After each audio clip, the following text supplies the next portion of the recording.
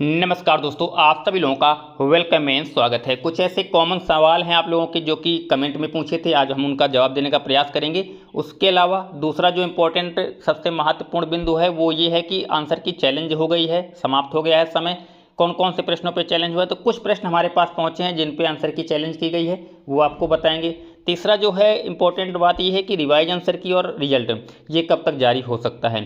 चौथा सबसे ज़्यादा कॉमन सा सवाल पूछा जा रहा है कि नॉर्मलाइजेशन में क्या स्कोर बढ़ता है, कितना बढ़ता है, क्या होगा। तो ये 4-5 सवाल ऐसे थे जो कि आप लोगों ने कमेंट के माध्यम से पूछे थे। तो आज ये सवाल हम क्रमवार तरीके से बारी बारी से एक एक सवाल का जवाब देने का प्रयास करेंगे।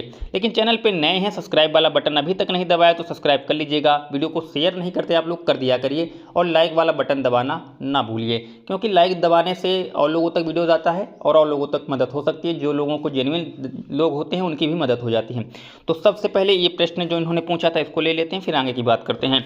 इन्होंने पूछा था कि जो सीटेट की आंसर की आई है, कुछ ऐसे प्रश्न हैं जिसमें से 2 विकल्प सही माने गए हैं, तो क्या ये प्रश्नों के विकल्पों को रद्द करके कॉमन अंक मिल सकता है? तो ऐसा नहीं है, ये बात याद रखिएगा।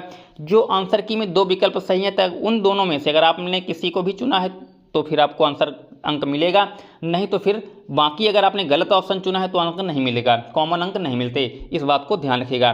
तो ये था पहला सवाल। दूसरा जो सवाल था कि आपत्तियां जो हुई हैं वो कौन कौन सी तिथियों में लगभग देखने को मिली, तो आपको बता दें 3 तिथियां हम तक पहुंची हैं। एक 2 फरवरी, एक 3 फरवरी और एक 17 जनवरी की जो तिथि थी वो पहुंची है। तो इनमें आपत्तियां क्या हुई हैं, तो आपको बता दें 2 फरवरी का जो सेकंड पेपर था सीडीपी का, सेकंड पेपर सीडीपी में एक क्वेश्चन पे आपत्ति हुई है। क्यों हुई है? क्योंकि इसमें 2 ऑप्शन सही बताए गए हैं और एक ऑप्शन आंसर की में आया है। तो एक तो ये आपका जो है वो सही आंसर की में चैलेंज किया गया है, तो इसमें 1 अंक बढ़ सकता है। 2 ऑप्शन सही हैं, तो इन दोनों में से अगर किसी ने किया होगा तो 1 अंक बढ़ने की संभावना यहाँ पे रहेगी। दूसरा है 3 फरवरी का जो परीक्षा हुई थी पर्यावरण ईवीएस की, इसमें भी एक सही अंक दिया गया था, एक विकल्प ही सही माना गया था, जबकि एनसीईआरटी के अकॉर्डिंग 2 विकल्प सही थे।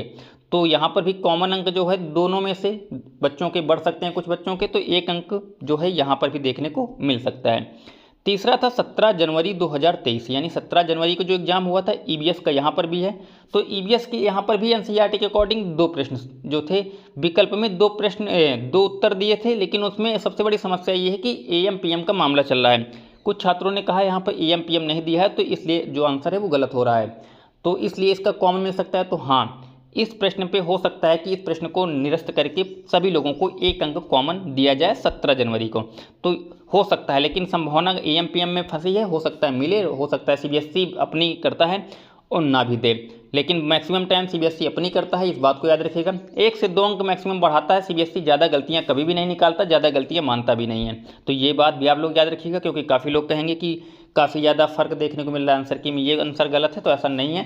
सीबीएसई की जो चीज़ें हैं तो वो ज़्यादा गलतियाँ एक तो मानता नहीं है, और ज़्यादातर वो जब अंक आपको बढ़े हुए देखने को मिलेंगे तो 1 से 2 अंक बढ़े हुए आपको देखने को मिलेंगे, और सभी को नहीं मिलेंगे, ये बात भी ध्यान रखिएगा। क्योंकि 25 शिफ्टों में ये एग्जाम कराया गया है, और 25 शिफ्टों में से केवल 1-2 शिफ्टों में या 3-4 शिफ्टों में मैक्सिमम, 4 से ज़्यादा शिफ्टों में नहीं है, ये मानिए 4 शिफ्टों में मैक्सिमम आपको अंक जो हैं बच्चे उनके ही बढ़े देखने को मिलेंगे, बाकी सभी के बढ़े ये लगभग पिछली बार भी नहीं हुआ था, इस बार भी नहीं। क्योंकि पिछली बार काफ़ी ऐसे बच्चे थे जिनका स्कोर आया था कम, वो पास हो गए थे, उनके अंक बढ़ गए थे, काफ़ी लोग जो कहते हो थे। तो आपको बता दें मैक्सिमम लगभग 70% ऐसे बच्चे होंगे जिनका स्कोर इस वक्त जो है वही आंसर की में देखने को मिलेगा, रिजल्ट में देखने को मिलेगा। 30% बच्चे ऐसे हैं जिनको रिजल्ट में 1-2 अंक देखने को बढ़ा हुआ मिल सकता है।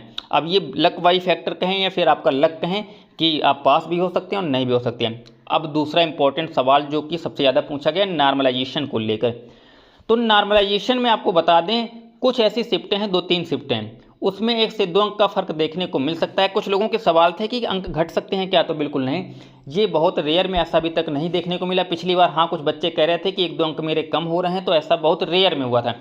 तो ये मानिएगा जो आपकी इस वक्त अंक हैं, अगर आप 90 लेकर आए हैं और इस 90 में पास भी होता है तो आप ये मानिएगा कि आप पास हैं और आप निश्चिंत रहें, इसके लिए ज़्यादा सोचने की ज़रूरत नहीं है।